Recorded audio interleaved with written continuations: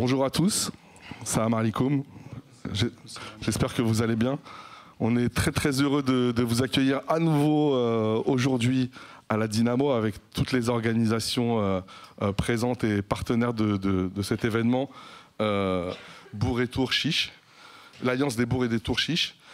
Et aujourd'hui, donc, dans les discussions prévues, il y en a une qui va avoir lieu devant vous et en direct sur la chaîne Twitch et YouTube de Parole d'Honneur et qui s'intitule tout simplement Anti-impérialisme, surmobilisation des tours, absence des bourgs.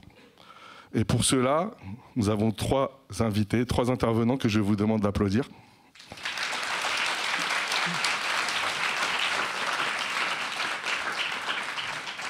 Je suis un peu à l'ancienne, donc je vais commencer par la dame, si vous m'en voulez pas.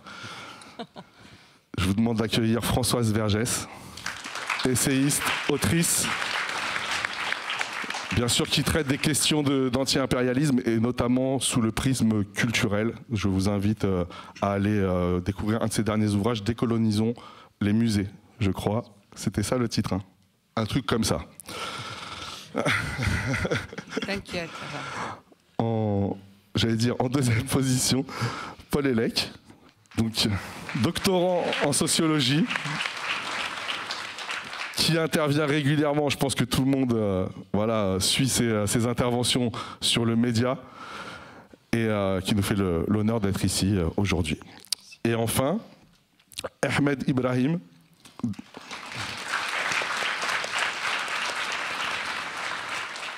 qui est un Palestinien de Urgence Palestine.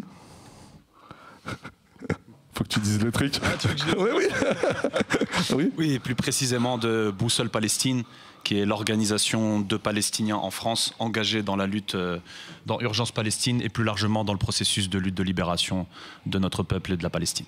Merci. Bon, on avait prévu un petit jeu, mais bon, voilà, ce sont les aléas du direct, je dirais. Ouais, donc on va commencer très rapidement. Et donc chacun de nos intervenants va vous proposer justement une intervention de 10 à 15 minutes environ. Et ensuite, si vous le souhaitez, vous aurez la possibilité de poser les questions qui vous semblent pertinentes pour approfondir une question qui vous aura paru ne pas être, j'allais dire, traitée ou pour lesquelles vous auriez besoin de plus d'éclaircissement. Voilà. Et enfin, on m'a demandé à l'accueil de vous dire trois choses. La première chose, c'est qu'il y a le 3e numéro du magazine Nous qui est en vente, que vous pouvez acquérir. Vous pouvez également vous inscrire à une soirée ciné-club du ciné-club de PDH qui aura lieu le 31 janvier avec la projection de Laurence d'Arabie. Et enfin, je dirais que c'est peut-être à court terme le plus important. On vous demandera, si vous ne l'avez pas fait, et vraiment voilà, de manière tout à fait amicale, de contribuer justement à l'organisation de cette journée en apportant un petit don dans la boîte qui se trouve à l'entrée. C'est Elis, je crois, qui s'en occupe. Et voilà, je vous remercie à l'avance, même les plus petites contributions, mais bon, ça serait bien qu'on arrive on va dire, à couvrir au maximum les frais de cette journée. Voilà, je vous laisse tranquille avec les intervenants. Encore une fois, je vous remercie. Et bien sûr, Free Palestine.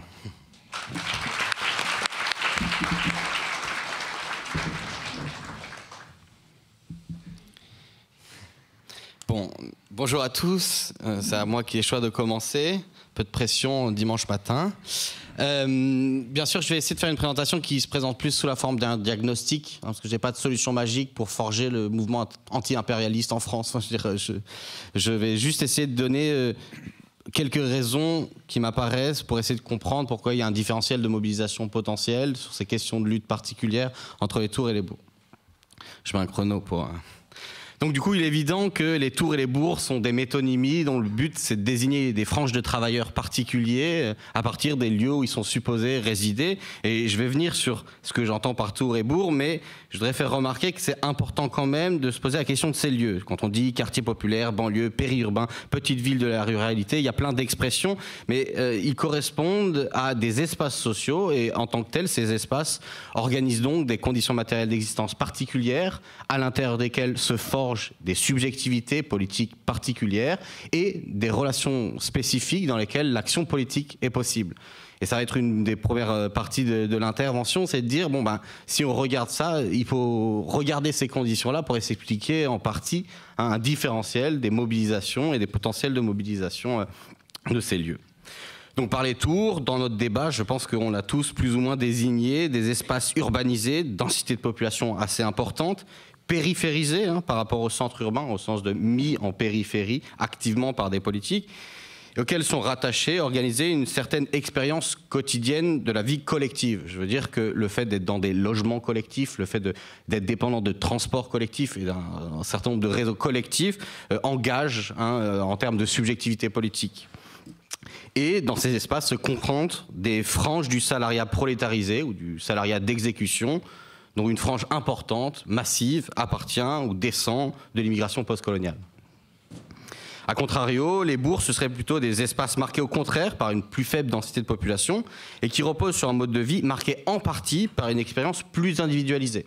Le fait d'avoir accès à un logement pavillonnaire, une propriété de son logement individuel, le fait d'avoir la voiture qui importe dans le mode de vie, tout ça, ça va bien entendu aussi marquer politiquement les aspirations des uns et des autres et ça ancre d'un côté ou de l'autre du champ politique et social et à l'intérieur desquels, dans ces zones, on retrouve aussi des franges du salariat d'exécution, pas simplement, mais en partie, et qui sont majoritairement construites comme blanches, c'est-à-dire donc sans origine étrangère apparence, ou en tout cas descendants de populations qui sont extraites du passage sous les fourches codines de l'expérience du racisme et qui permettent de rejoindre cette catégorie. Je dis ça parce que voilà, on a plein d'études qui montrent que certaines formes de parcours migratoires dans les ascendances n'empêchent pas de voter ensuite pour des options telles que le Rassemblement national. Vous pouvez regarder une partie de l'immigration polonaise avec un marqueur assez anticommuniste ou de l'immigration portugaise aujourd'hui, etc.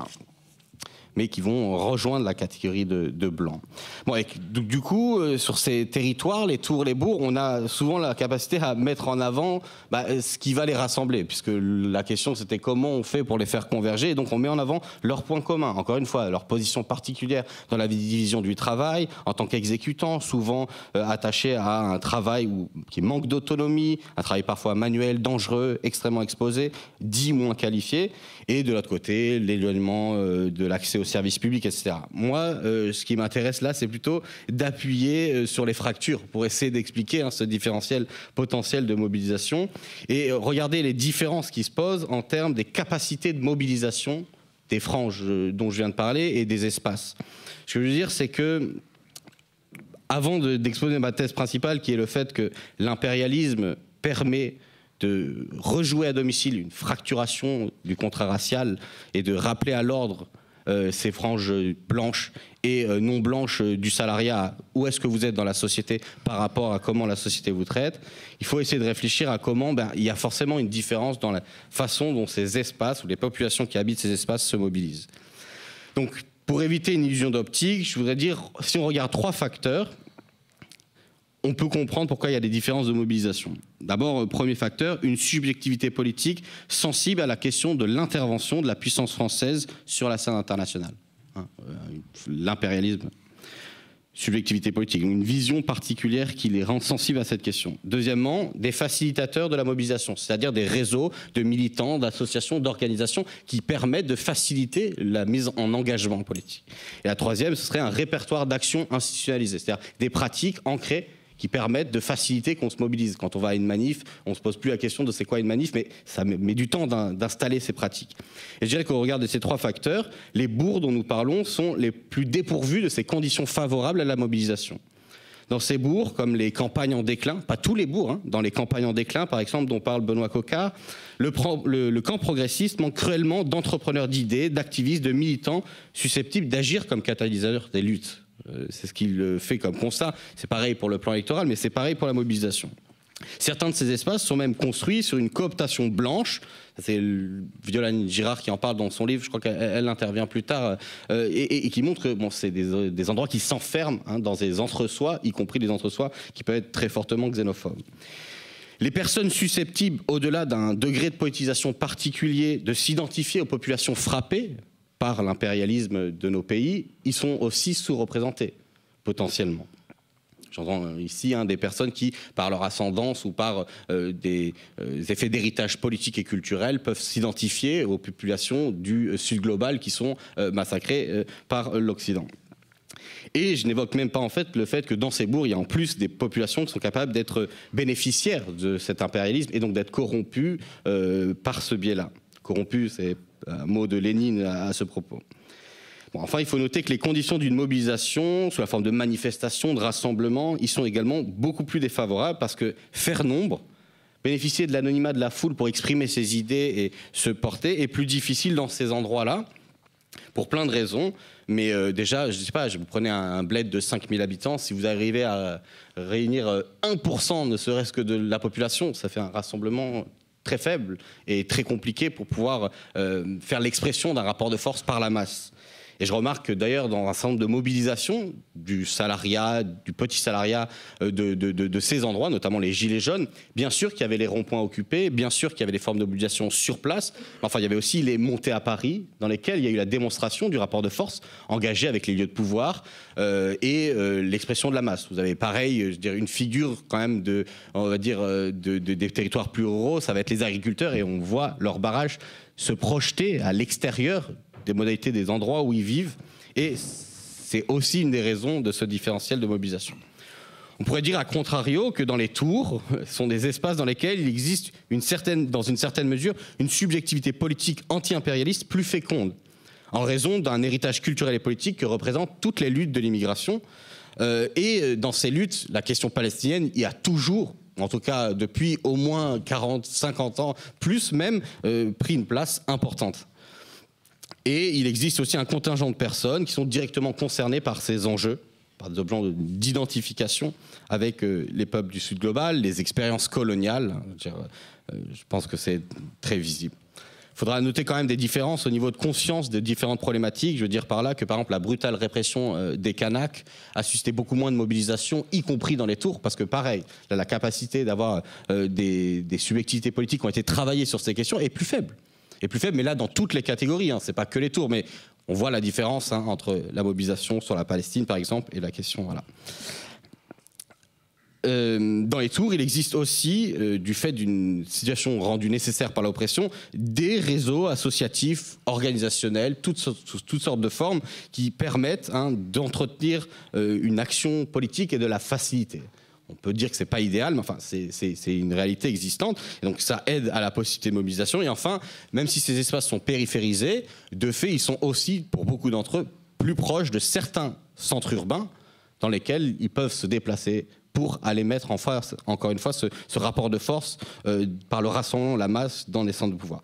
Donc, je dirais que ça, c'est les raisons mineures, mais ce différentiel, il est aussi dû à ces espaces sociaux qui ont des spécificités et qui, si on les comparait en disant mais pourquoi ils ne se mobilisent pas sur la place de telle ou telle petite ville, voilà, il y a des raisons effectives. Maintenant, je veux passer à la raison principale, qui est encore une fois cette idée que l'impérialisme, en tant que projection à l'extérieur de la puissance française, il vient retravailler, bien sûr, le contrat racial interne au champ politique français, et il va le surdéterminer. Donc, comme moi, je ne me sens pas trop compétent sur plusieurs questions. Je vais parler principalement de la question de la Palestine. Je ne vais pas refaire les événements qui se sont passés, mais disons que voilà, c'est assez facile de comprendre pourquoi l'intervention de la France en soutien inconditionnel à Israël pendant qu'elle commet un génocide est une forme de l'impérialisme français. Je ne vais pas revenir là-dessus. Les liens qu'ont les puissances occidentales qui ont autorisé ce génocide par leur inaction, voire leur soutien, sont évidemment des liens qui impliquent aussi que ces pays ont des relations commerciales, politiques, etc. Mais ce qui m'intéresse et la question sur laquelle je veux insister, c'est comment, En France, face à l'indignation qu'il y a eu et la mobilisation, il y a eu tout de suite une forme de répression. Et ce qui est intéressant, c'est de montrer comment l'impérialisme se mue très très vite en une politique intérieure. Une politique qui vient fracturer le champ politique interne. Et l'hypothèse ici, c'est de dire que là, particulièrement sur la question de la Palestine, on a une sorte de grand rattrapage de l'alignement de la France aux idéaux néoconservateurs américains. C'était déjà, bien entendu, assez engagé depuis longtemps. Hein. Je veux dire, dans les faits, par exemple, Nicolas Sarkozy a déjà engagé la France dans une rupture avec ce qu'on a appelé le mitterrando-gaullisme. Et si moi, je ne vais certainement pas défendre le mitterrando-gaullisme, je dis qu'il faut quand même regarder le fait que, sans doute, le fait qu'il y ait des gens, des De Villepin, des gens à gauche qui avaient cette forme de vision, ça ralentit l'alignement total avec la vision du discours des civilisations qui est prôné et par les États-Unis et par un Benjamin Netanyahou, par exemple. Et que le refus de la guerre en Irak et les mobilisations de l'époque, ça montrait quelque chose. Or là, ce qui s'est passé pour nous, c'est la combinaison des vagues d'attentats sur le sol français et de l'impensée coloniale absolue de la scène politique française a permis de donner à peu près les mêmes conséquences, à savoir diverses formations politiques à la tête de l'État ont toutes eu pour réponse de recourir à la création de figures de l'ennemi pour fracturer le champ politique et pour faire en sorte de prendre des figures, les extirper du corps social et justifier de leur faire subir une violence particulière. Et dernièrement, la figure de proue, cette figure de l'ennemi, ça a bien entendu été le musulman, la communauté musulmane, que les gens en fassent partie ou non, avec des perquisitions abusives par milliers, des procès en incompatibilité avec la République. Bon, vous connaissez les positions politiques qui visent les croyants, la question des abayas, la question qui est revenue il y a quelques semaines sur il faut interdire les femmes voilées à l'université. Enfin, bon. Et ériger cette figure de l'ennemi a été d'autant plus facile qu'il existait déjà des catégories de population désignées en ennemis ou construites comme telles ou comme dangereuses et sur lesquelles s'exerçait la violence d'État. Là, je parle beaucoup de discours, mais bien entendu, les discours n'ont d'effectivité qu'à partir du moment où il y a des politiques matérielles sur les corps, sur les individus, qui leur donnent force. Et donc, du coup, voilà, les personnes et les figures qui étaient construites, c'est les jeunes des quartiers populaires, les immigrés rendus illégaux en raison d'un statut administratif et leur illégalisation par la politique de l'État. Et en plus de ça, vous avez, sur la question spécifique de l'islamophobie, des véhicules politiques comme le Printemps républicain qui ont autorisé ou légitimé cette islamophobie dans des milieux à gauche. Enfin, je pense que c'était ça leur rôle politique. Hein. En tout cas, pour des franges de la bourgeoisie de gauche, c'est comme ça qu'ils le vivent. Et donc, du coup, tous ces discours de justification du recours à l'organisation d'un ordre social raciste, discriminant, ont parachevé des équivalences sémantiques de toutes ces figures. Par exemple, immigré égale musulman égale terroriste. Donc, on peut le réprimer. Et ensuite, les faibles rapprochements, ou en tout cas les rapprochements de certaines parties du camp social progressiste des luttes des personnes concernées par ces politiques racistes, on leur a opposé un procès par association. Hein, c'est tout le sens du mot islamo-gauchiste au final. C'est flétrir par association avec le véritable ennemi de l'État. Hein. Et je dirais que d'ailleurs là-dessus, on a eu une sous-mobilisation de la gauche sur un certain nombre de questions anti-impérialistes à partir du moment où on était sur cette mise devant le fait de vous êtes dans le camp de l'étranger, dans le camp de l'ennemi, dans le camp de l'ennemi intérieur, et qu'on dit que ça ne s'est pas poussé au portillon quand même pour prendre des positions un peu courageuses sur la question. Et j'en veux pour preuve le fait que, désolé pour les camarades insoumis, je dirais la France insoumise n'avait pas de tradition anti-impérialiste particulièrement prononcée, et particulièrement sur la Palestine. C'est plus sa capacité à refuser le discours du pouvoir sur ce qui s'est passé à partir du 7 octobre qui a inséré la France insoumise au centre d'une partie des mobilisations. Bon, donc du coup, j'essaie d'aller plus vite, mais dans ce contexte, le McCarthyisme qui s'est déployé a débordé encore plus largement sur notre camp social pour écraser tout soutien au peuple palestinien. Je rappelle qu'il y a des précédents, en plus, hein, des manifs interdits sur la question de la Palestine, etc., parce que c'est tellement un symbole de cette capacité de lien entre les personnes qui sont ramenées à une condition d'indigène d'étrangers et l'oppression que la France leur fait subir à l'étranger sur les peuples du Sud. Et on l'a vu, ça a permis une nouvelle équivalence qui était palestinien égale arabe égale terroriste. Vous changez l'ordre des termes, mais enfin, c'est ça le fond du discours et la façon dont toute la droite a introduit la question. Et donc du coup, ça se fait par de la répression, apologie du terrorisme, mais également des procès médiatiques sur l'antisémitisme de la gauche. Et je pense qu'on sera tous d'accord ici pour dire que la gauche est absolument pas, elle est absolument pas parfaite sur la question. Il y a plein de choses qui seraient à lui reprocher. Mais enfin, si vous écoutez la semaine dernière, il y a des gens qui expliquent que une partie de la gauche politique, c'est l'héritière de Jean-Marie Le Pen. Et ce grotesque en dit long sur la façon dont des gens mal intentionnés ont utilisé ça comme une instrumentalisation. Bref. Donc si on en revient à la question de la mobilisation des tours et des bourgs, l'enjeu devient saillant. La surmobilisation des uns et la sous-mobilisation des autres se joue aussi le long de cette frontière qui n'est rien d'autre que le contrat racial. Et pour s'en assurer, je veux dire, on regarde comment ces espaces sont aussi mobilisés politiquement, en tout cas sur le plan électoral. On avait bien vu des options, d'un côté le vote plutôt à gauche, de l'autre le vote plutôt pour le Rassemblement national. Et peu importe les questions de ces identités, de ces organisations particulières, ce qui est intéressant, c'est qu'en gros, l'impérialisme, il joue le rôle d'un rappel à l'ordre, d'abord pour les populations des tours, un rappel à l'ordre de leur place dans la société, de leur place d'indigène. Et comme ils occupent à la fois une position exploitée économiquement, mais en plus ils sont le trait d'union finalement entre la figure de l'ennemi à l'étranger, que la civilisation occidentale combat, et de l'ennemi intérieur, ce genre de moment, il y a à la fois pour eux identification, mais c'est aussi un moment pour pouvoir ensuite les réprimer d'autant plus et rejustifier, de remettre une pièce dans la machine de la séparation de ces personnes du corps social et de la répression qui va s'imposer. Et donc c'est pour ça qu'ils ont plutôt favorisé des propositions politiques d'égalité sur le plan économique et social, mais qui ne négligent pas la confrontation à propos du contrat racial qui encadre la lutte pour l'accès aux ressources. Et la conflictualité qu'impose l'État sur leur vie tend aussi à donc les solidariser avec ceux qui subissent cette violence à l'extérieur, qu'ils soient dans une identification naturelle quand on est descendant soi-même par exemple de la colonisation, mais qui soit de manière plus générale pour des populations qui sentent un destin commun à cet égard. Et de l'autre côté, pour une partie du peuple des bourgs, notamment celui qui vote pour l'extrême droite, c'est un rappel à l'ordre raciste en disant il faut que vous excluez ces gens-là qui soutiennent la Palestine, parce que ce n'est pas un combat pour vous. C'est les ramener à leur position de nous, on vous propose de ne pas être les derniers dans la hiérarchie sociale si vous sacrifiez les Arabes, les étrangers, toutes les figures construites de l'ennemi. C'est-à-dire le principe du vote du Rassemblement national. Il est un vote raciste car il est une acceptation, une proposition de sacrifice d'une partie de la population, préférence nationale, afin de jouir d'une meilleure situation supposée au niveau économique dans l'accès aux ressources. Et cette acceptation est liée à une adhésion de ces franges de travailleurs à des valeurs très néolibérales, mais qui sont ensuite exploitées par la proposition de l'extrême droite.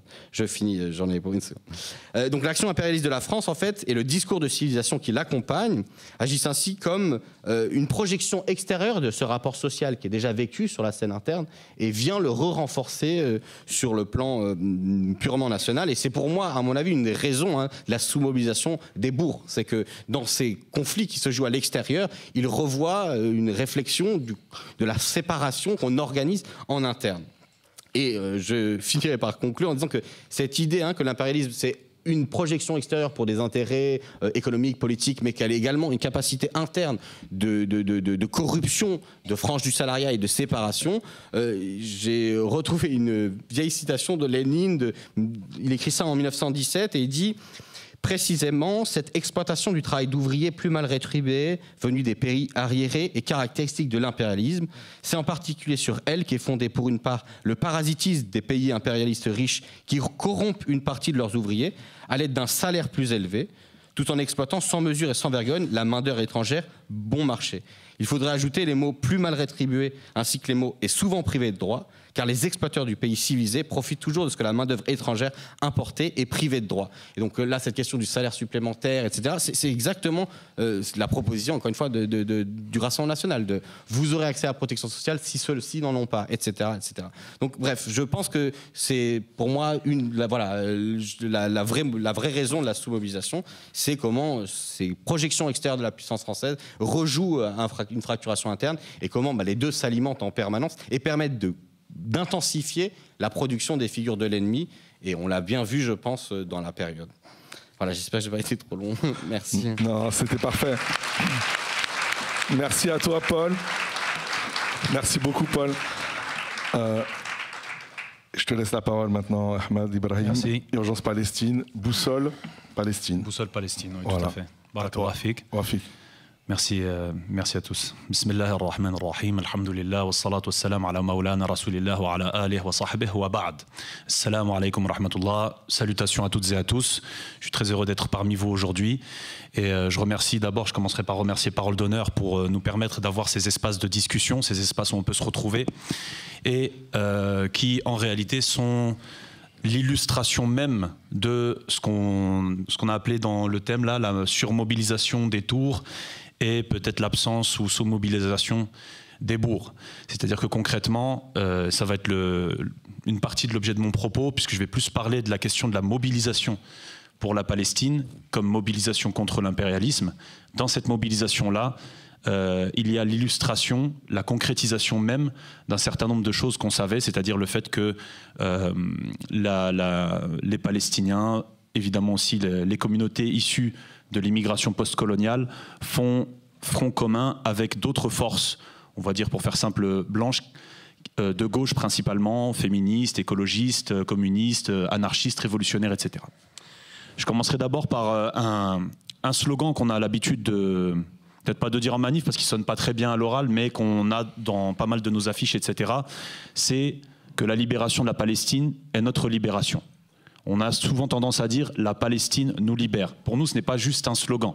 Et là, je ne vais pas parler juste en tant que Palestinien. D'ailleurs, je ne parle même pas quand je dis ça en tant que Palestinien, parce que quand je dis « la Palestine nous libère », j'observe les Palestiniens qui sont en Palestine et qui mènent cette lutte-là, et nous, à l'extérieur, qui les observons. Quand on dit que la Palestine nous libère, c'est que concrètement, la mobilisation même qu'on a faite en France et partout ailleurs dans le monde, mobilisation sans précédent, je pense, il n'y a pas eu, me semble-t-il, de mobilisation pareille pour une lutte du Sud aussi longue, à part peut-être pour le Vietnam, et encore le Vietnam, c'était essentiellement concentré aux États-Unis, la mobilisation. C'est grâce évidemment à Allah d'abord et aux Palestiniens eux-mêmes que cette mobilisation qui est énorme, la mobilisation qu'on a faite depuis presque 1 an et demi maintenant, a été rendue possible. Car il faut regarder aussi la période qui précède notre mobilisation, qui précède le 7 octobre 2023. C'est une période de grandes difficultés où l'islamophobie avait le vent en poupe, le racisme avait le vent en poupe. On se rappelle de la loi séparatisme qui visait spécifiquement les musulmans, les fermetures de mosquées, les fermetures d'associations, etc. On se rappelle aussi que pour faire face à un certain nombre de ces lois, de ces mesures, que ce soit la loi séparatisme, que ce soit la loi sécurité globale, etc., ou d'autres lois, la mobilisation a été particulièrement difficile et beaucoup de ceux qui se sont mobilisés, et même pour la Palestine d'ailleurs, se sont retrouvés souvent isolés dans ces mobilisations-là. Aujourd'hui, depuis le 7 octobre, on a un nouvel espace de lutte qui est principalement, pas que évidemment, mais principalement incarné par Urgence Palestine dans une grande partie de la France. Et cet espace de lutte a été rendu possible par l'irruption des Palestiniens de Gaza, et évidemment dans une moindre mesure, mais aussi de Cisjordanie, par l'irruption des Palestiniens de Gaza, qui font réintroduire d'une façon spectaculaire la cause palestinienne sur la scène internationale, alors que c'était une cause qu'on pensait perdue, isolée, avec un désintérêt, que ce soit dans le monde occidental et pire, dans le monde arabo-musulman lui-même.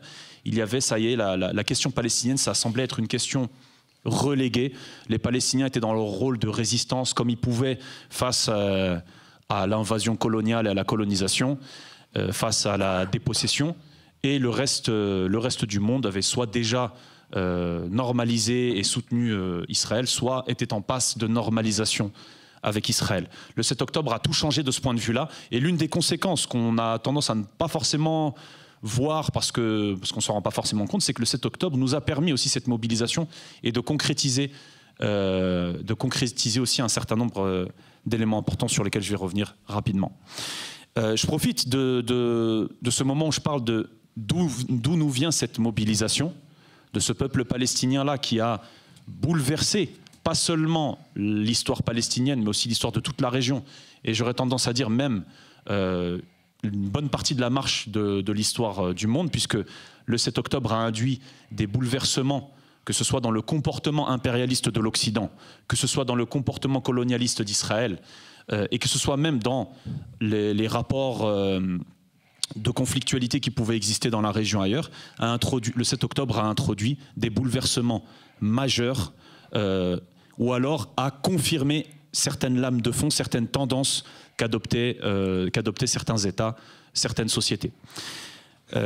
Et ces Palestiniens-là, en réalité, quand on peut se poser la question de savoir, mais est-ce qu'en fait leur lutte, c'est une lutte anti-impérialiste? Après tout, les Palestiniens, aujourd'hui, la résistance palestinienne, elle s'incarne principalement dans une organisation qui s'appelle le Hamas, et les autres organisations qui viennent derrière le Hamas sont pour la plupart d'obédience musulmane, islamique, ou alors ont comme référentiel, même partiellement, la question de l'islam. Donc est-ce que cette lutte-là est une lutte anti-impérialiste réellement? Je pense que oui. Je pense que je pense que la lutte que mènent les Palestiniens, c'est le cœur même de la lutte contre l'impérialisme occidental. Déjà, il y a les faits qui le montrent. Aujourd'hui, les Palestiniens ne font pas face seulement à Israël, ils font face au monde entier. Et quand j'y dis le monde entier, ce n'est pas seulement les puissances occidentales. Les États arabes, pour la plupart, les États de la région, participent de près ou de loin, indirectement ou directement, à la lutte pour l'élimination, le génocide du peuple palestinien. Et donc, ce à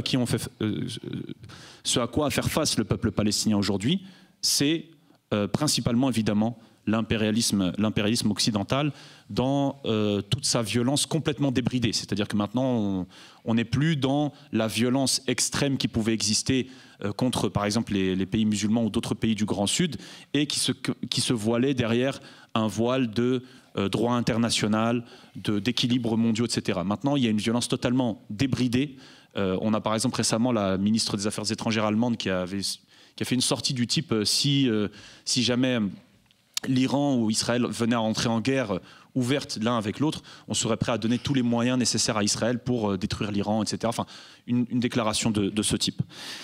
Maintenant, concernant la mobilisation en elle-même. Avant ça, juste pour vous dire que cette mobilisation aussi, elle s'est évidemment incarnée à travers, en grande partie, Urgence Palestine, et dans la dénonciation du génocide, mais aussi, et c'est ça qu'on a réussi à poser sur la scène de la solidarité avec la Palestine, dans le soutien à la lutte de libération du peuple palestinien.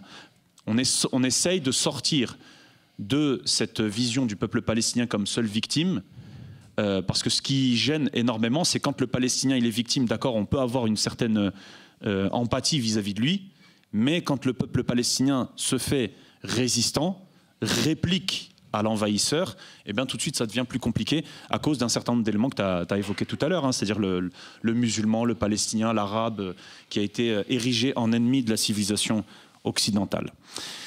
Et cette mobilisation, elle s'est faite dans toute la France. Donc là, je salue au passage toutes les villes qui se sont mobilisées, les petites et grandes villes, mais elle montre aussi un certain nombre d'éléments qui me paraissent très importants. Dans Urgence Palestine, on a assumé le fait que la mobilisation pour la Palestine s'effectuait autour de la centralité palestinienne, c'est-à-dire le peuple palestinien en lutte pour sa libération, et autour desquels il y avait ce qu'on va appeler, par exemple, les descendants de l'immigration post-coloniale, c'est-à-dire de gens qui sont soit directement issus, soit issus de pays qui ont subi le colonialisme occidental, parce que ces populations-là se sentent, pour tout un tas de raisons qu'on n'aura pas le temps là de développer, sentent une proximité avec la Palestine, que ce soit par l'histoire, que ce soit parfois par la religion, que ce soit par aussi l'expérience commune du colonialisme et de l'impérialisme, fait qu'il y a cette proximité-là. Et évidemment, il y a autour de cette centralité palestinienne et de ces postes coloniaux, musulmans, arabes, noirs, etc., autres qui sont impliqués pour la Palestine, il y a toute une mobilisation de gens de gauche qui ne pratiquent pas la colonialité dans la solidarité. C'est-à-dire, on est en train aussi progressivement de sortir de ce paradigme-là dans lequel, à gauche, on nous disait comment vous devez vous mobiliser pour la Palestine. comment, vous, Palestiniens, quelles sont les revendications sur lesquelles on peut vous suivre et quelles sont celles sur lesquelles nous ne pouvons pas vous suivre? Eh bien, il y a toute une partie de la gauche qui, aujourd'hui, sort de ça. Je pense, par exemple, alors là, c'est de la gauche non institutionnelle, hein, par exemple le NPA, Révolution Permanente, les antifas, les anarchistes, les écolos radicaux, les féministes, etc., qui sont impliqués de près ou de loin, parfois même dans Urgence Palestine même. Certaines des organisations que j'ai citées ont fait partie des organisations fondatrices d'Urgence Palestine. J'ai encore un petit peu de temps là ou c'est... Alors, je regarde rapidement mon téléphone. Ouais. Environ 5 minutes. 5 minutes, très bien. Bah, je pense à... Je vais enchaîner un petit peu. Donc, est-ce que maintenant, il y a une question, c'est est-ce que les tours sont surmobilisées? Il y a aussi ça, il y a cette question-là. C'est-à-dire que la mobilisation en France, elle s'est avérée être, pour moi, une mobilisation extraordinaire, surtout vu le contexte répressif en France qui préexiste et qui s'est intensifié après le 7 octobre. Et quand je parle de contexte répressif, c'est un contexte répressif général contre la communauté musulmane, contre toutes les personnes issues du Grand Sud, même contre des franges de la gauche, etc. Il y a un contexte répressif en France qui est exacerbé, bien plus important qu'ailleurs. Et dans ce contexte-là, avoir tenu cette mobilisation-là pendant presque 1 an et demi, c'est déjà énorme, c'est une victoire en soi. Et je vais même aller plus loin. Si, quelques mois après le 7 octobre, on a pu avoir des organisations de gauche, par exemple, institutionnelles, c'est-à-dire au Parlement, etc., qui ont pu s'exprimer sur la Palestine, autrement que pour dénoncer la résistance palestinienne, c'est aussi grâce à notre mobilisation. C'est parce qu'on a tenu bon face aux interdictions, les amendes, la répression policière, les coups, etc. C'est parce qu'on a tenu bon. Les gardes à vue. Les gardes à vue, évidemment, les perquisitions, tout ça. C'est parce qu'on a tenu bon qu'on a permis de générer un espace dans lequel autre chose que la dénonciation de la résistance palestinienne pouvait exister dans l'espace politique français, même si ça reste encore un combat de chaque instant. Mais cette mobilisation-là, elle n'est pas énorme non plus. On n'a pas eu les millions de personnes qu'il y a eu en Angleterre, aux États-Unis et ailleurs, alors que la France est un des pays les plus peuplés d'Europe. La plus grosse manifestation qu'on ait faite à Paris, il y avait à peu près 80 000, 90 000 personnes. On n'a même pas atteint le stade des 100 000 personnes. C'est à la fois énorme vu le contexte et en même temps, ça n'est pas suffisant. Mais n'oublions pas aussi que ce qu'on va appeler les tours, les quartiers musulmans, les quartiers populaires, etc., sortent de plusieurs années d'une répression intensive. Et rappelez-vous, avant le 7 octobre, que s'est-il passé en France? Il y a eu les révoltes suite à la mort de Naël, rahmatullah alayh.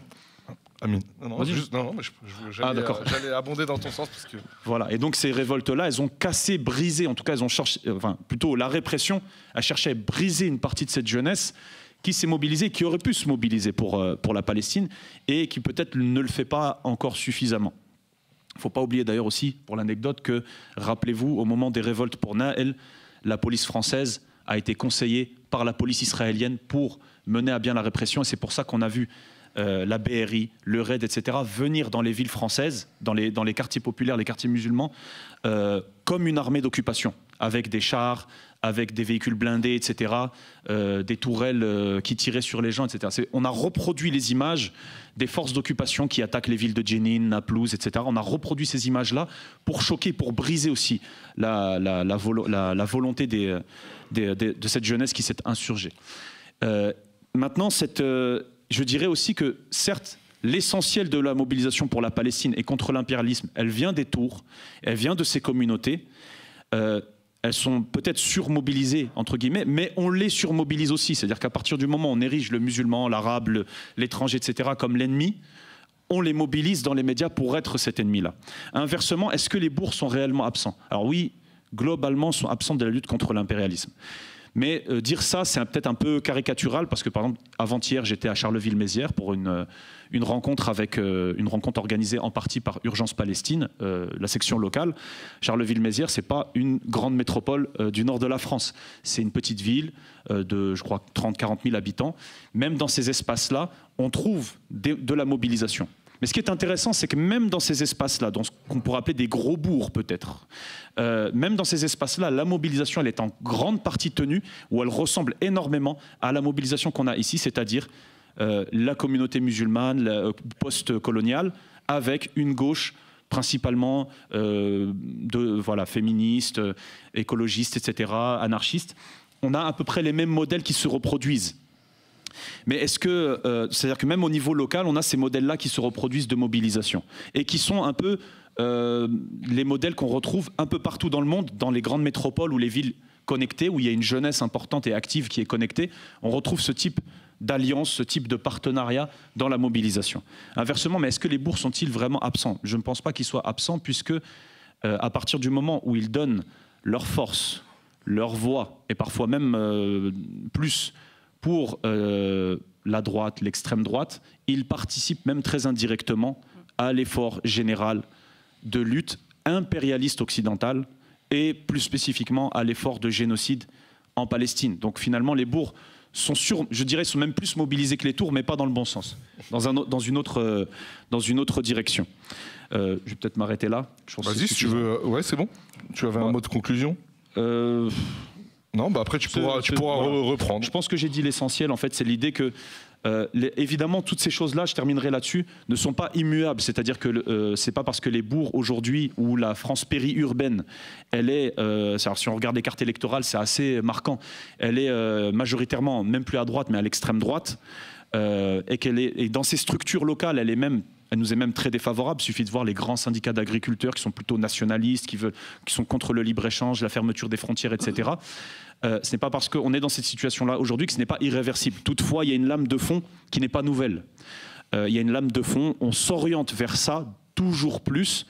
Et pour inverser la tendance, je pense qu'il faut d'abord faire un travail pour nous renforcer là où nous sommes. Et plus nous sommes forts, plus nous sommes susceptibles de convaincre et d'inverser la tendance. Voilà. Tu as l'art du teasing. Tu as l'art du teasing. Ah bon? Parce qu'à la fin de ton allocution, on a envie de voir la saison 2. Ah. On a envie de voir comment tu imagines la convergence. Tu vois? Donc, l'art du teasing. À présent, c'est à toi, Françoise. Merci. Merci, messieurs, d'avoir respecté le timing autant que faire se peut. Merci, bonjour. Moi, j'ai compris la question, la proposition qui nous est faite sous cette forme-là, qui va, j'espère, compléter ce qui a été dit auparavant, c'est-à-dire comment l'anti-impérialisme pourrait-il contribuer à la création d'un bloc Tours-Bourg et comment? Et donc, à partir de quels arguments, quels affects, quels rêves de libération l'anti-impérialisme pourrait constituer cette proposition. Et juste un petit truc, justement, parce qu'on a parlé pas mal Tours-Bourg, ce qui se fait, etc. Je suis d'accord avec ce qui vient d'être dit. Et aussi, je rappellerai que, évidemment, dans les grandes villes, historiquement, les racisés étaient là, les immigrés étaient là. Donc, historiquement, toutes les grandes capitales d'Europe ont servi de lieu pour les grandes réunions anti-impérialistes. Mais comme l'État aussi se constitue sur des frontières militarisées, aux frontières aussi, il y a eu des mobilisations anti-impérialistes, on pourrait dire, avec l'accueil des migrants par exemple aux frontières avec les Alpes. Cédric Héroux. Voilà, aussi l'Espagne quand on pense à la guerre. Donc ça, c'est juste une petite remarque que je voulais apporter. Donc évidemment, ça a été dit, hein, c'est surtout autour de la Palestine que se fait cette surreprésentation. On n'a pas vu beaucoup de choses sur la Kaniaki ou Mayotte ou d'autres choses. Alors, je voulais juste faire quelques petits... On sait qu'il y a beaucoup de théories sur l'impérialisme. On connaît évidemment le texte de Lénine sur l'impérialisme, stade avancé du capitalisme. Pour lui, c'est vraiment la question des grands monopoles et qu'il n'y a plus de partage possible. Donc, en fait, c'est un passage maintenant d'un possesseur à un autre qui se fait, que les guerres se font. Et donc, le monopole est issu, dit-il, de la politique coloniale. Hein, c'est la lutte pour les sources de matières premières, et j'y reviendrai. Pour Rosa Luxembourg, une des armes vraiment de l'impérialisme, c'est la dette, d'endetter les pays et de les soumettre ainsi, hein, de contrôler leurs finances ensuite. Alors là, on peut penser à toutes les politiques de la Banque mondiale et du FMI. Là, je voudrais aussi citer Césaire, dont on connaît beaucoup l'expression de choc en retour, qui était récemment et à juste titre. Mais à la conclusion du discours sur le colonialisme, rappelez-vous, il parle de l'impérialisme. Et il dit, pour lui, par exemple, il montre, si vous voulez, que l'anticolonialisme de l'après-guerre chez les Américains, comme ils soutenaient, par exemple, ils étaient contre le colonialisme français, était finalement pour devenir vraiment asseoir leur impérialisme. Et donc, il dit, l'américaine, la domination américaine, la seule domination dont on ne réchappe pas. je veux dire dont on ne réchappe pas tout à fait indemne. Ça, c'est donc Césaire. Il dit en sorte que le danger est immense. Donc il dit de faire attention, de ne pas trop se focaliser sur l'Europe. Elle est là, évidemment, mais c'est vraiment la domination américaine qui devient. Il écrit ça en 1950. Évidemment, on peut se dire que depuis, ça a été prouvé. Après, il y a évidemment quand même, il y a des théoriciens du Sud, hein, bon, Césaire évidemment, et il y a évidemment Kwame Nkrumah, le néocolonialisme, dernier stade de l'impérialisme. C'est des choses quand même qu'on devrait un peu réapprendre nous-mêmes. Alors peut-être juste un tout petit peu préciser sur ce troisième nom que personnellement j'ai découvert. Nkrumah, ça a été le leader du mouvement indépendantiste Ghana et le premier président du Ghana, renversé par un coup d'État, et qui était très proche de tout le monde, le mouvement tiers-mondiste Bandung, etc. Bon, après, voilà. Et pour lui, la chose peut-être qui est intéressante, non pas nécessairement sur la question de la Palestine, mais peut-être sur la question de ce qu'on voit en Syrie aujourd'hui, c'est-à-dire que le néocolonialisme, c'est-à-dire comme dernier stade de l'impérialisme, repose sur le morcellement des pays. La transformation en un certain nombre de petits États non viables, incapables de se développer de manière indépendante et qui doivent compter sur l'ancienne puissance impériale pour leur défense et leur sécurité intérieure. Et ce qu'on voit, je veux dire, toutes les guerres impérialistes, la Libye, l'Irak, l'Afghanistan, c'est l'éclatement de pays pour en faire justement plein de petits États qui ont peut-être ce qui va se passer en Syrie. Donc on voit que pour ces révolutionnaires, la guerre et la militarisation de la société, la dépendance sont des éléments fondamentaux de l'impérialisme. Mais vraiment la guerre. Et un état donc de guerre permanente. En fait, l'installation d'une paix armée, de ce que Rosa Luxembourg a appelé la paix armée, c'est-à-dire une paix absolument illusoire qui est en fait renforcée par la police et l'armée, la criminalisation, la prison. Je veux dire, la paix qui règne en France, c'est une paix finalement qui est garantie par la police, la criminalisation, la prison. Ce n'est pas, je veux dire, c'est la paix pour quelques-uns parce que pendant ce temps-là, la France a fait la guerre dans plusieurs endroits. Donc, et c'est là que je voudrais peut-être parler du monde en paix qui s'installe, enfin le monde en paix, après la Seconde Guerre mondiale, dont on parle beaucoup, parce que c'est la première fois en Ukraine que la guerre sur le terrain, sur l'Europe, etc., qui est une fiction. Et que pour moi, donc dans la question de comment faire renaître l'anti-impérialisme, il faut absolument insister là-dessus, parce que cette fiction alimente l'idée de nouveaux dangers et a justifié la guerre contre le terrorisme. Et donc, c'est-à-dire, par exemple, justement, ce qui se passe, je veux dire, Hamas menace la paix, Hezbollah menace la paix, etc.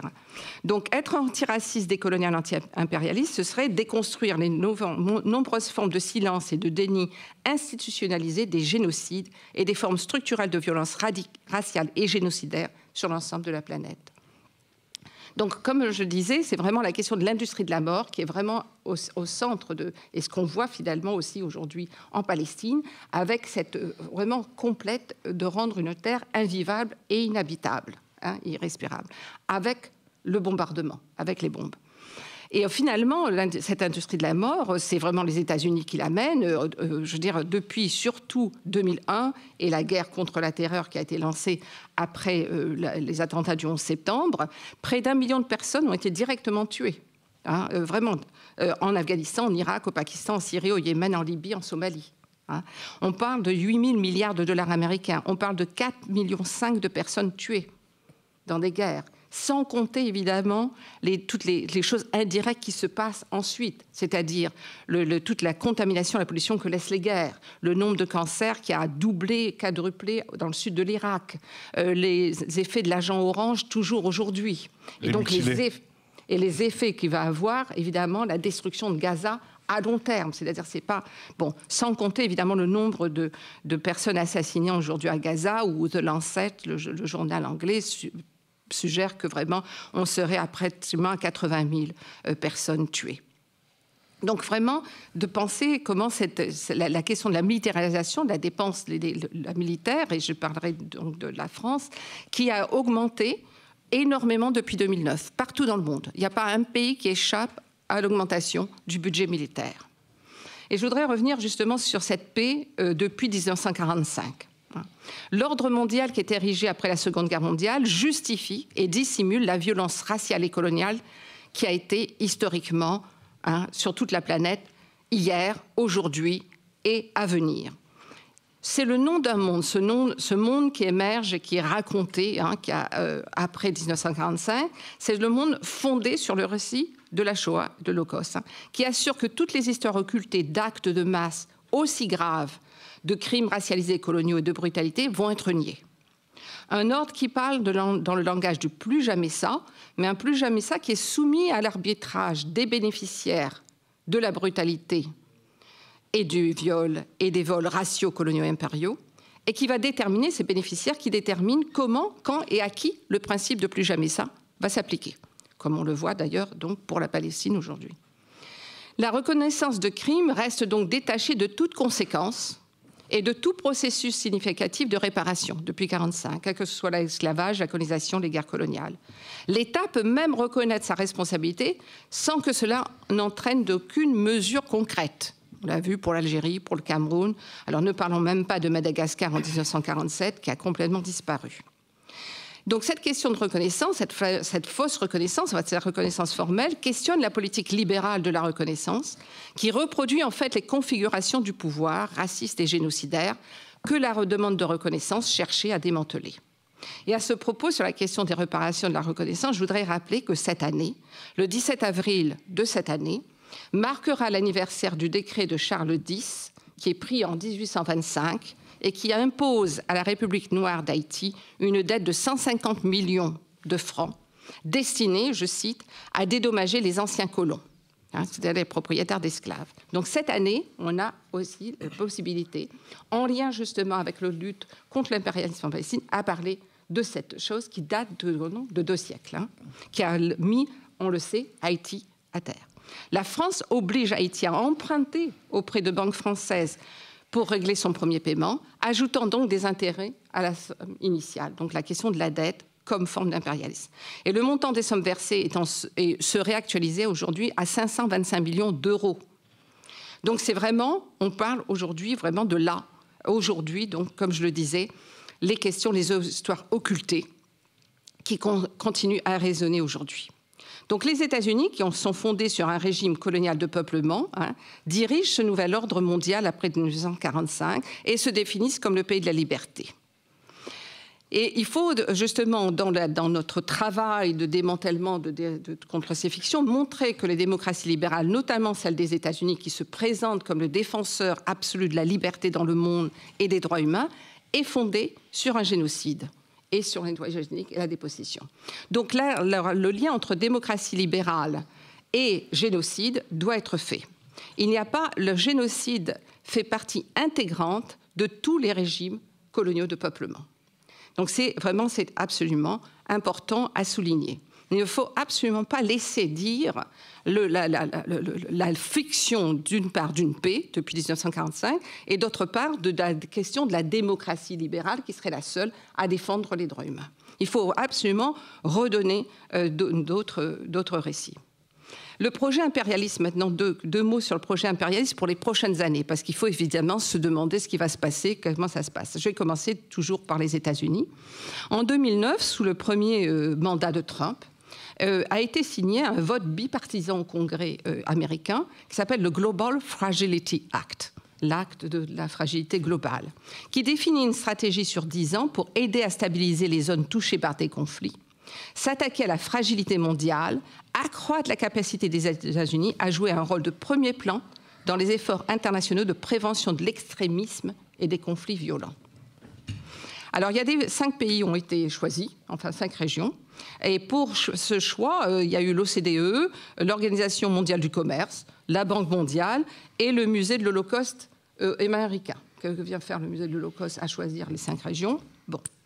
Et alors, Haïti, comme premier endroit, parce qu'il faut faire... Alors, on voit d'ailleurs dans tout ce projet l'éimportance du fémo-impérialisme. Le vocabulaire intersectionnalité, formation au genre, sensibilité au genre est partout. L'impérialisme, au XXIe siècle, doit s'appuyer sur le fémo-impérialisme. Donc, par exemple, Haïti, le programme va être appliqué avec une sensibilité au genre.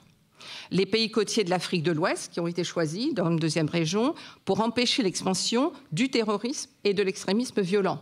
On voit qui est visé. La Libye.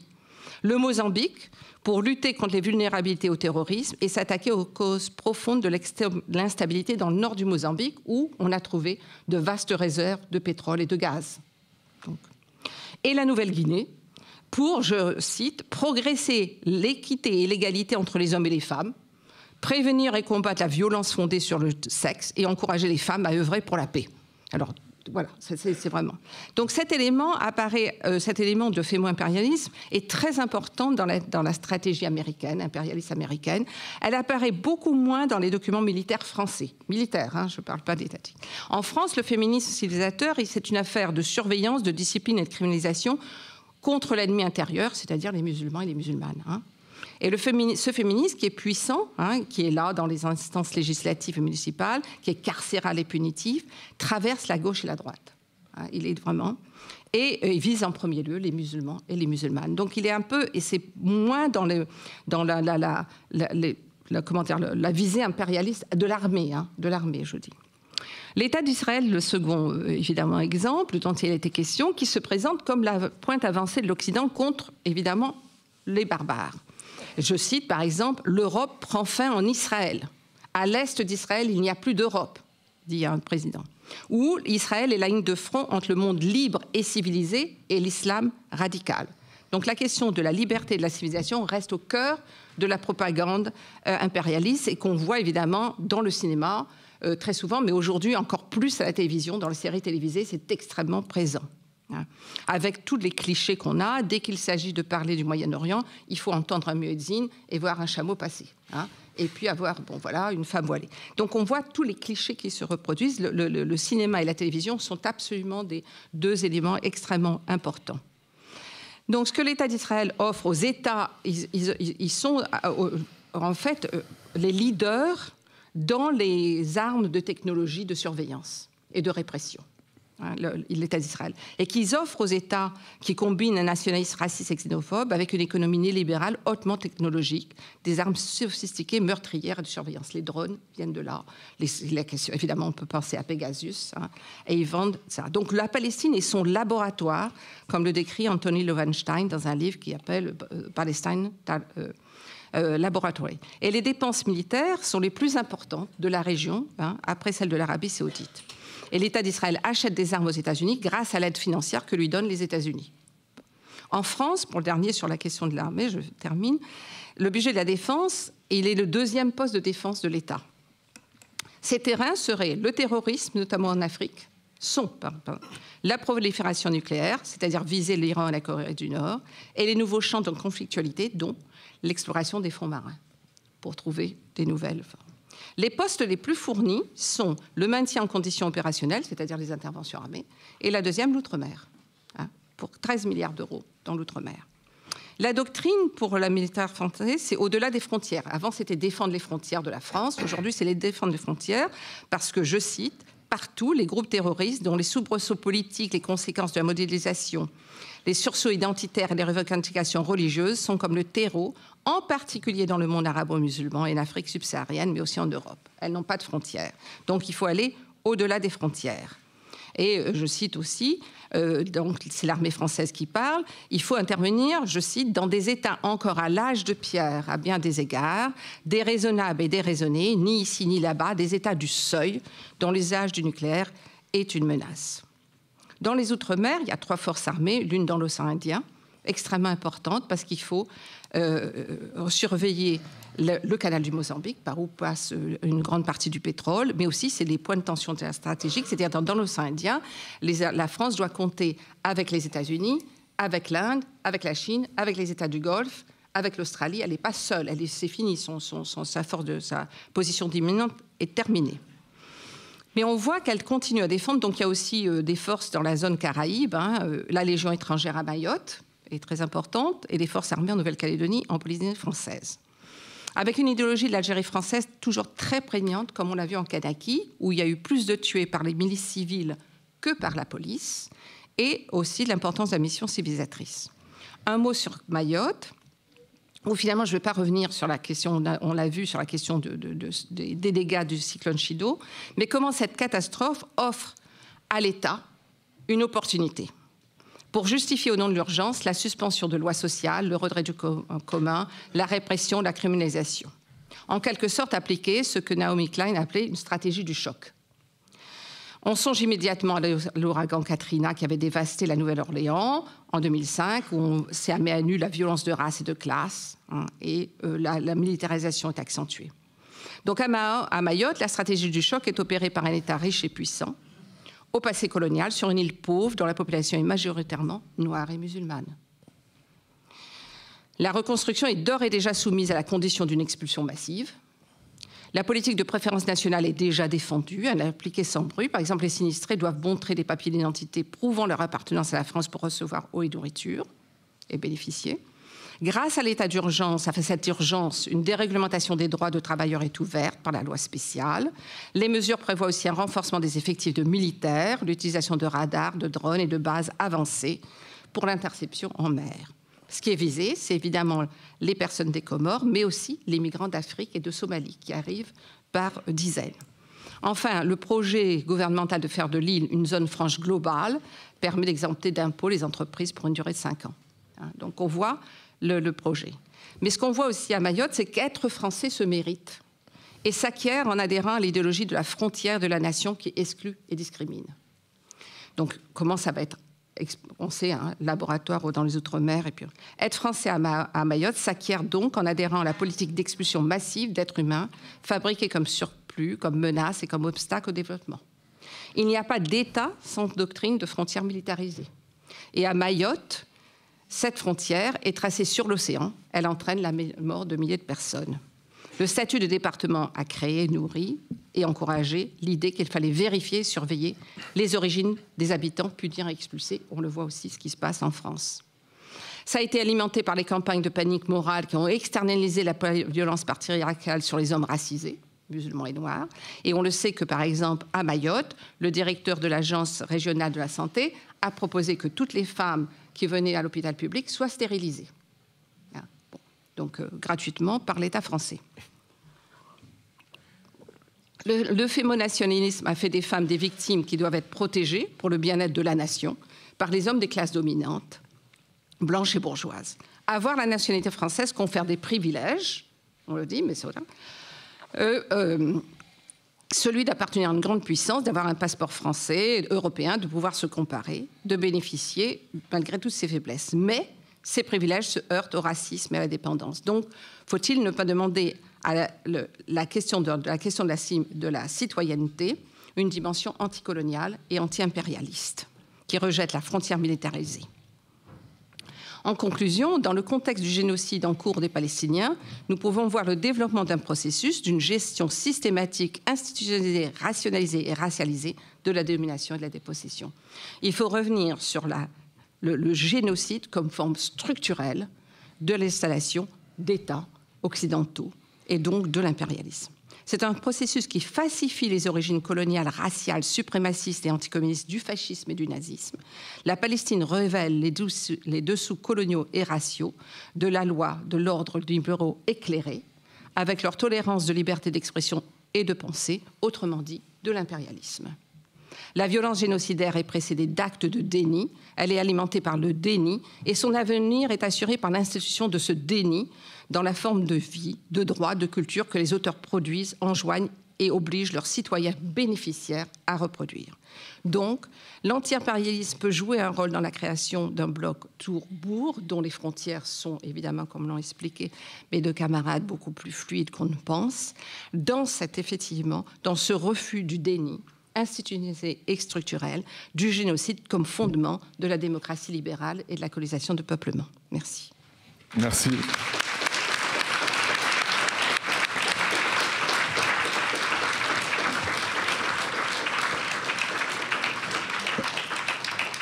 Merci à vous trois. En tant que spectateur, je dois dire que j'admire la prouesse parce que je trouve que vos trois interventions sont assez, j'allais dire, complémentaires, avec des angles assez différents. Mais tel le chat, vous retombez sur vos pattes, chacun à votre manière. Et voilà, je voulais mettre en valeur aussi la prouesse technique, si je puis dire. Et tu évoquais la répression donc, subie par un certain nombre de militants, de valeureuses et de valeureux militants de la cause palestinienne. Et je ne peux pas prendre ce micro, enfin être devant ce micro sans avoir une pensée très forte. Ça ne veut pas dire que j'exclus tous les autres, mais la personne dont je vais parler, voilà, c'est parce qu'il y a une actualité vraiment immédiate. Une pensée très forte pour Monsieur Abdourahmane Ridouane, le président de la mosquée de Pessac, qui comparaîtra demain devant le tribunal de Meaux, car on l'accuse d'apologie du terrorisme. C'est en fait j'allais dire un prétexte pour stigmatiser, voire faire fermer la mosquée de Pessac et aussi expulser ce monsieur qui est nigérien et qui a juste le tort de soutenir la cause palestinienne. Je ne sais pas s'il nous regarde, mais j'aimerais juste qu'on fasse quelques applaudissements pour lui montrer notre soutien pour demain.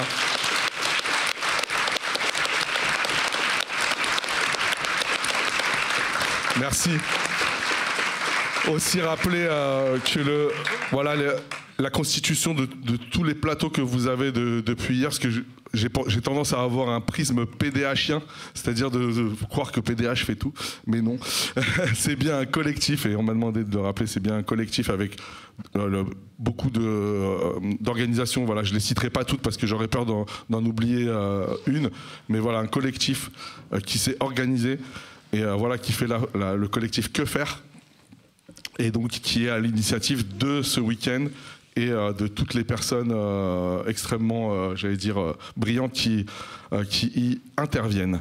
À présent, je crois qu'il y a un de mes acolytes, un complice caché dans le public, il s'appelle Yazid, il a une belle casquette et il vous propose de poser une question si vous avez envie d'aller un peu plus loin sur le sujet qu'on vient d'aborder. Voilà, on a quelques minutes pour... alors vraiment, les gars, par contre, des questions, quoi. Ne faites pas des tunnels de 10 minutes. Hein. Voilà, vraiment, question, tac, tac. On joue efficace, quoi. Contrôle passe. Alors, qui est le numéro 1? Who is number 1? Oui, vas-y. Je savais que ça serait toi. Mais une question, hein. Belle, hein. Bon, voilà. Comme je suis matheux, je vais utiliser mes connaissances en mathématiques. Voilà, je le savais. En fait, c'est macabre. Il y a apparemment, disons, 65 000 morts, disons, comptabilisés, sans compter les disparus. À l'échelle de la France, ça fait... C'est-à-dire, là, c'est pour une population de 2 300 000 habitants. À l'échelle de la France, c'est 1 900 000 morts. C'est-à-dire proportionnellement. Ce génocide est terrible et inouï. Et avec l'indifférence, disons, du Nord global impérialiste, c'est-à-dire que le Nord global a perdu toute valeur humaine. Juste la question à M. Ahmed Ibrahim. Juste, il y a beaucoup de Palestiniens, moi je suis arabophone, et je savoure aussi de maîtriser cette langue, comme la maîtrise Ahmed. Beaucoup de Palestiniens disent et pensent que la libération de la Palestine a commencé, c'est-à-dire est possible. Est-ce que c'est votre aussi impression? Mais je me permettrai de dire que les autres intervenants auront le droit de répondre également à cette question. Est-ce que je peux répondre tout de suite? Réponds tout de suite. D'accord. Barakallah fik, Sidi El Aziz. Alors, mon sentiment, malgré le fait qu'on est dans une situation particulièrement difficile en Palestine même et dans toute la région, on ne va pas faire une séance de géopolitique, mais je pense qu'on est tous conscients il y a même un découragement général qu'on aperçoit. Je n'ai jamais été aussi convaincu du fait qu'on était proche de la libération. Pour moi, la libération n'a jamais été aussi proche que là. Et en fait, ce n'est pas parce que le moment dans lequel nous nous trouvons est un moment particulièrement défavorable que ça signifie que c'est terminé. C'est pas terminé. Même sur des fronts qui paraissent éteints, ce n'est pas terminé.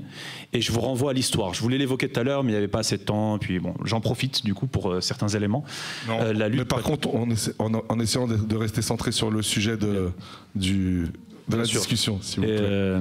la Palestine est aussi héritière, et ça va m'amener justement un petit peu au sujet. La Palestine est aussi héritière de luttes, elle est notamment héritière en particulier de la lutte de libération algérienne. Et je vous rappelle que cette guerre d'Algérie, cette révolution, elle a duré 7 ans et demi, et qu'en 1960 à peu près, les maquis intérieurs étaient quasi décimés. Pourtant, 2 ans après, la France sortait d'Algérie. Donc ce n'est pas parce qu'aujourd'hui la situation paraît, ou en tout cas elle est désespérante, que c'est terminé.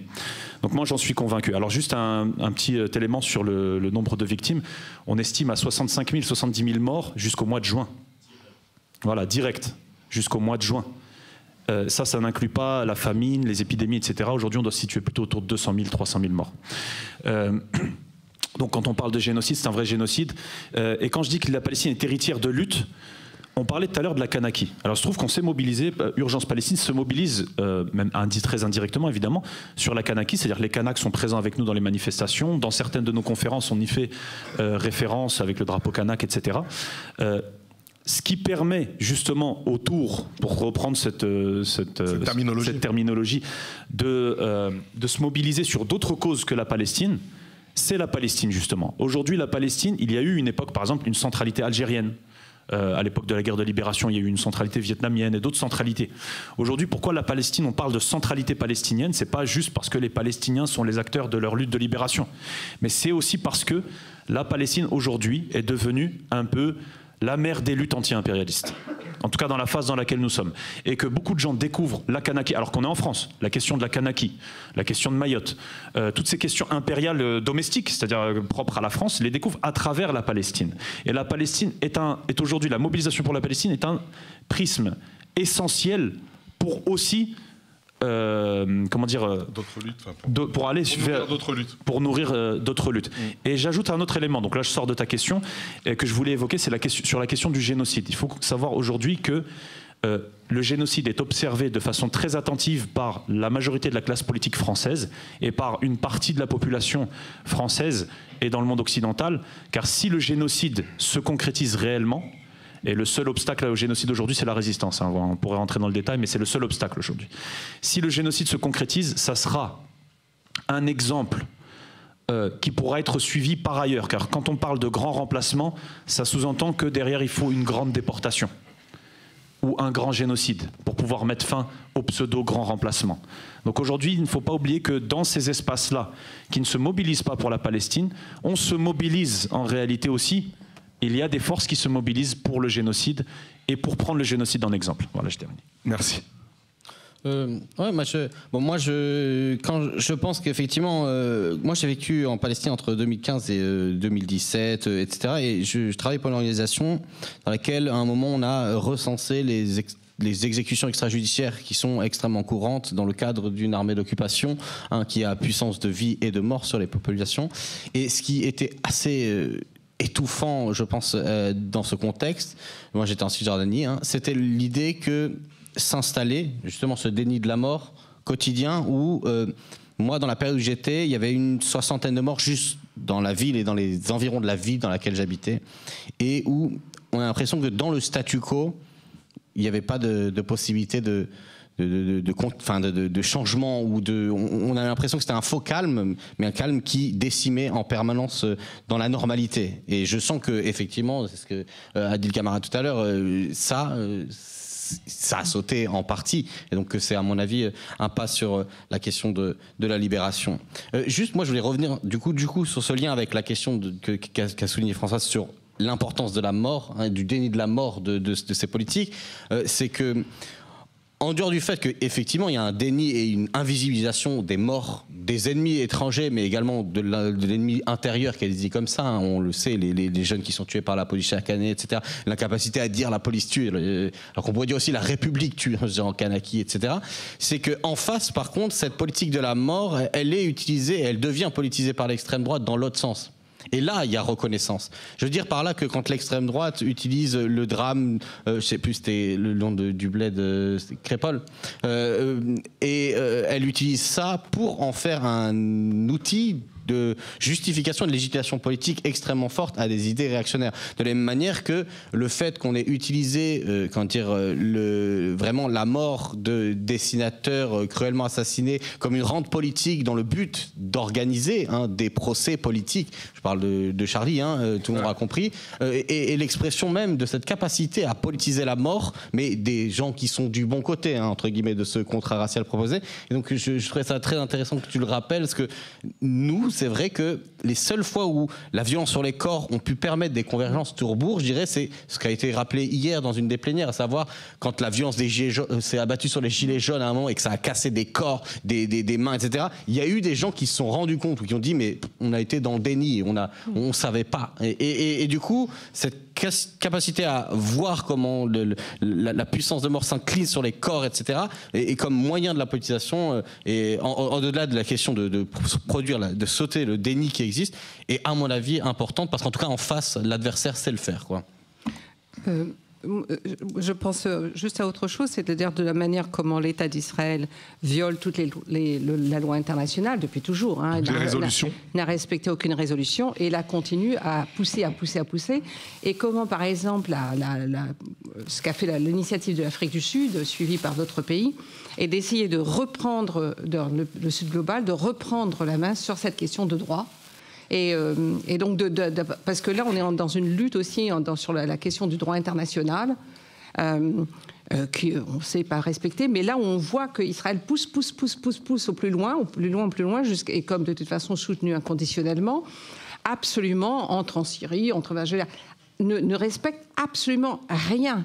Et là, c'est aussi extrêmement dangereux, parce qu'on voit à d'autres moments ces renversements sur le droit, et avec tous les limites qu'on peut mettre sur la question du droit, mais malgré tout, sont importantes. Et c'est pour ça que l'initiative de l'Afrique du Sud est suivie par d'autres pays, a été aussi importante. Donc il y a ce niveau-là, avec évidemment, c'est beaucoup plus loin de nous, mais d'écouter, par exemple, ce qui s'est fait à la Cour internationale de justice, les arguments qui sont proposés par Israël et les autres sur des arguments, c'est aussi très intéressant pour nous quand nous voulons justement reconstituer ce bloc anti-impérialiste aujourd'hui et comment montrer que la Palestine, effectivement, est la ligne de front pour lutter contre ce culte de la mort et cette industrie, d'ailleurs. C'est pas seulement un culte, c'est une industrie très concrète. Une autre question ? On vous a assommé, quoi. Madame ? Je crois qu'il y a une dame là-bas qui a levé la main. Ah non, c'était juste parce que tu t'es tiré le bras. D'accord. C'est moi qui ai le micro. Alors, madame aussi. Ici, oui. Allez-y. Levez-vous si vous voulez. Oui, c'est une question pour les trois intervenants. En fait, dans l'idée de chercher à objectiver plus en fait les oppositions, les antagonismes qu'il y a justement qui empêchent cette alliance entre les bourgs et les tours, est-ce que vous pourriez préciser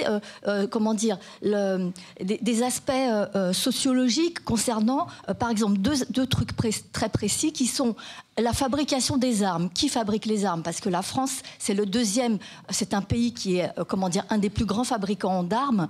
Et donc, je pense que parmi les personnes qui sont sur les filières de fabrication des armes, on va retrouver en partie cette opposition des bourgs et des tours.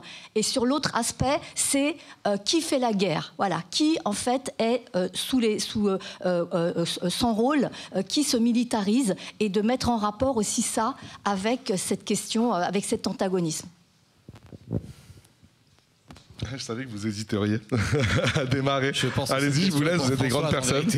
On prend une autre question avant ? Oui, ouais, vas-y. C'est toi le boss de toute façon. Je réponds ? Alors, Amine va poser une deuxième question et on va faire un petit paquet cadeau après. Oui. Moi, en fait, j'ai une question, mais elle va être globale. Hier, il y a Sabrina Awaz qui a dit dans la conférence d'hier, quand on parle des Palestiniens, j'ai l'impression qu'on parle de moi. Et du coup, je me suis vraiment reconnu dans cette phrase. Et en même temps, ça m'a posé une question. Et du coup, je pense que c'est le moment de la poser.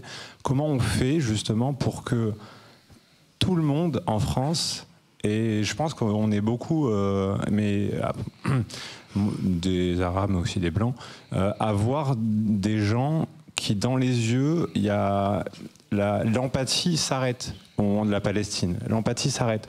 Comment on fait pour que cette phrase de quand on parle des Palestiniens, j'ai l'impression qu'on parle de moi, comment on fait pour qu'elle devienne en fait, pour que tout le monde la ressente?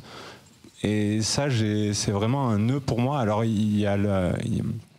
j'aurais la réponse vraiment profonde de rompre le pacte racial, ça ce serait vraiment la réponse profonde, mais comment on fait au quotidien quand on est face à des personnes dans lesquelles on voit dans les yeux, dans les regards, que l'empathie s'arrête à ce moment-là. C'est vraiment, depuis le début du génocide, là, c'est mon mystère. Un questionnement. Allez-y. Alors, voilà, peut-être dans l'ordre, question 1, question 2, peut-être. Sur qui fabrique les armes, évidemment. Bon, en France, c'est le deuxième ou le troisième, ça change de temps en temps. C'est le deuxième maintenant. C'est le deuxième maintenant. Et donc, c'est des ouvriers blancs, en majorité. Dans l'armée, par contre, c'est beaucoup plus divers. Il y a beaucoup de recrutement justement dans les Outre-mer parce que ça offre la seule pointe de sortie pour quand il n'y a rien. Et il y a une énorme politique de recrutement dans les Outre-mer, très séductive, où vous allez voyager, etc., etc. Et donc, par exemple, parmi les morts de soldats français en Afghanistan, la majorité venait de ce qu'on appelle les Outre-mer. Ça n'était pas souligné dans les médias, mais c'était ça. Donc, la question chair à canon revient évidemment. Même dans la hiérarchie, il y en a quand même quelques-uns aussi, parce que l'armée est la plus diversifiée, la plus ouverte à la discrimination positive, comme on dit, parce que finalement, comment il faut envoyer des gens se faire tuer, c'est pas trop problématique. Mais la question de l'industrie, oui. Puis on sait que c'est en France que se tient un des plus gros marchés d'armes, de foire, là, le Millipol, où justement Israël a un stand, tout ça a un stand. Donc la question, oui, pour moi, la question de l'industrie de l'armement et comment bloquer cela. Il y a eu très peu de blocages. Il y a très peu de blocages en France autour de cela. Il y en a eu un tout petit peu pendant la guerre d'Algérie, mais très peu. Beaucoup plus aux États-Unis pendant la guerre du Vietnam. Mais c'est vrai que faire apparaître l'importance de l'industrie de l'armement devrait faire partie de la mobilisation anti-impérialiste, vraiment. Sur la question de l'empathie, je répondrai après parce que je vais laisser. Mais je voudrais dire quelque chose. Sur les armes, d'ailleurs, il y a eu plus, il me semble, en Angleterre, des mobilisations qui ont visé des usines d'armement et d'autres endroits où vous avez aussi la question des gens qui les livrent, des dockers qui, si je ne m'abuse, ont refusé, alors dans tel et tel port, je ne me rappelle plus, mais de participer, enfin de faire leur part dans ça. Bon, sur la question de l'empathie, etc., moi, je peux dire que j'ai vécu en Palestine avec des Palestiniens. J'ai été arrêté par l'armée israélienne, mais je ne me sens pas. Quand on parle des Palestiniens, je ne me sens pas concerné. Je pense qu'il y a des politisations qui, du fait de la position que moi j'occupe dans la société, je suis blanc, diplômé, dans une situation plus confortable. Je pense que la politisation passe par d'autres enjeux. Bien sûr que l'empathie, ça, tout le monde peut la ressentir. Mais je veux dire, entre l'empathie et la capacité ensuite à... Je veux dire, on le voit, une partie de la gauche blanche qui est dans ce genre d'alliance. Il y a une entrée théorique pour certains, une entrée politisée extrême, un long parcours, quoi. Je veux dire, et combien d'entre nous, dirions-nous, il y a 10 ans, avant qu'une partie de ce qui est proposé aujourd'hui comme vision décoloniale, comme déconstruction des habitudes de la gauche qui a existé en France, étions pas du tout sur ces positions, en incapacité d'aller dans cette direction. Et je rajouterais encore plus, parce que moi je suis très pessimiste sur cette question de l'alliance des tours et des bourgs. Je crois qu'on a un problème, c'est qu'en partie la possibilité de faire sauter les questions de ce pacte racial est très difficile avant l'arrivée au pouvoir.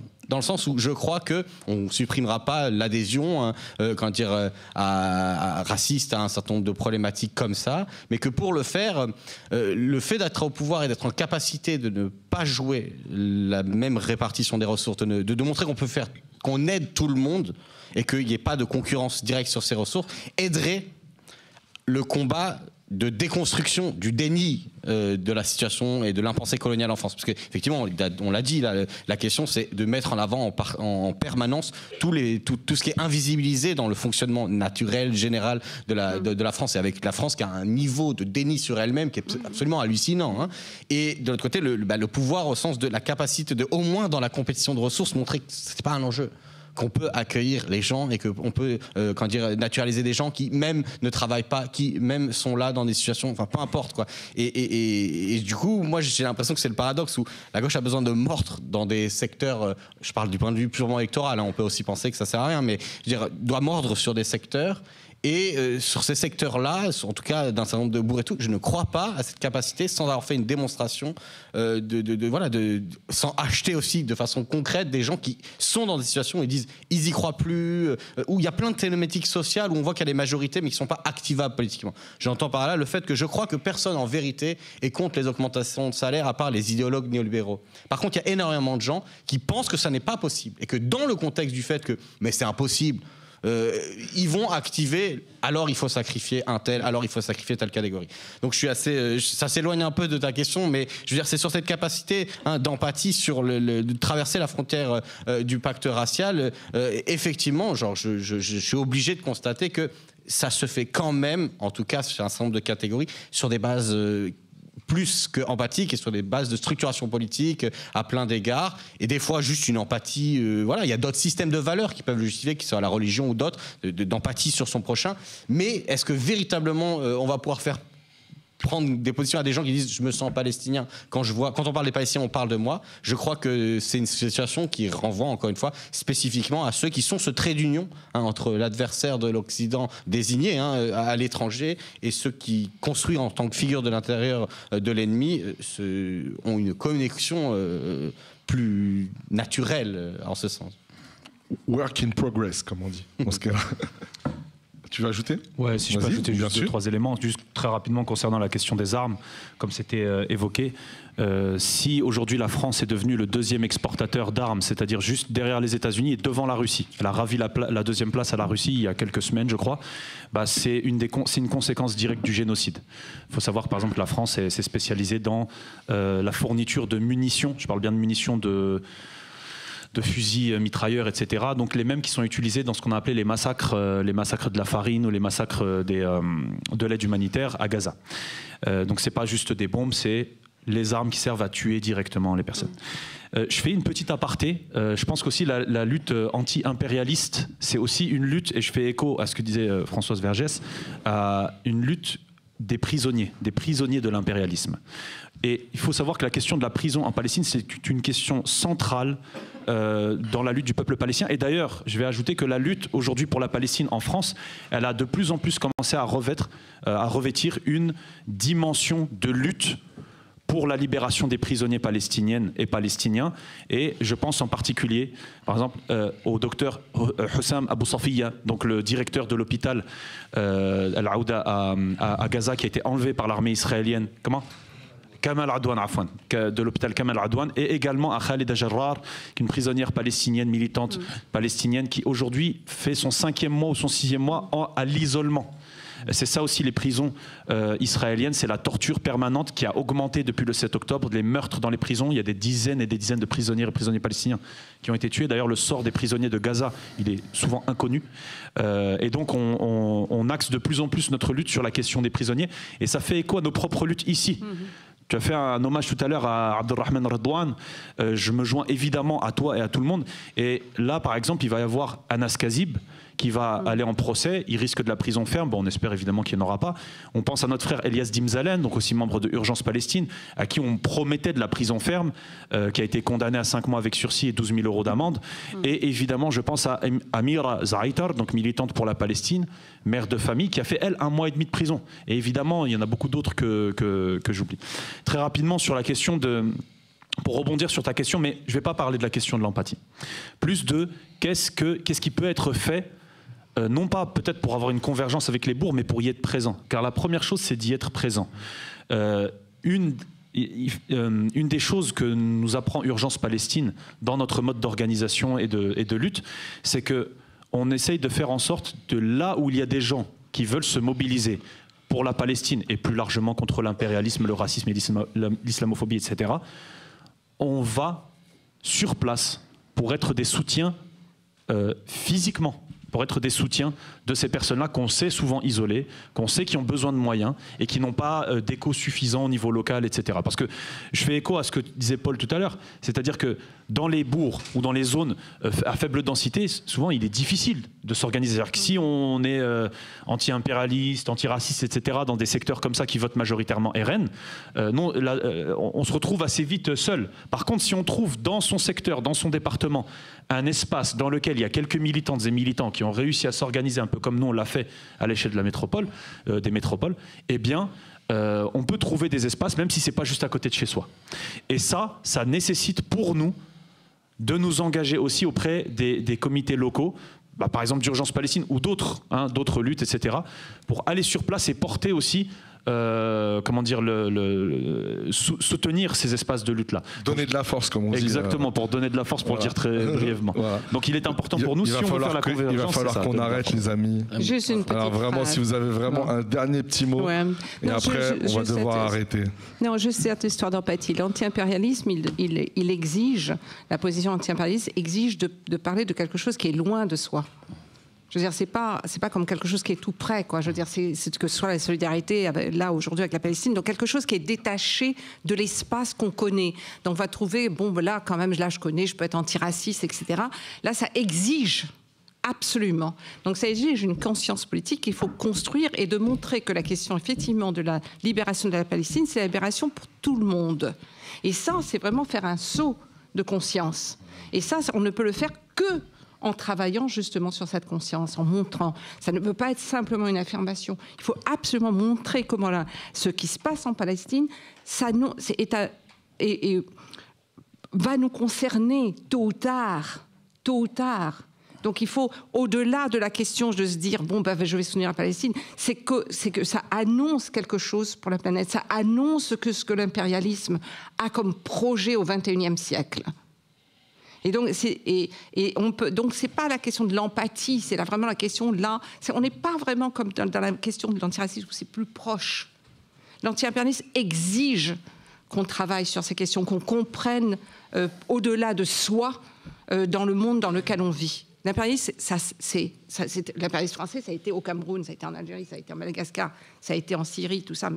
Donc c'est absolument important de voir ça. Et sur les prisonniers politiques, évidemment, il y a tous les prisonniers dont vous parliez, et puis il y a les prisonniers kanak, politiques kanak en ce moment, aujourd'hui aussi, qui sont évidemment, dont il faut exiger la libération, et puis notre camarade Georges Ibrahim Abdallah.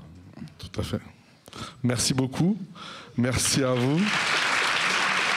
Merci à l'équipe technique, à part Christophe. Et bien sûr, cette journée se poursuit.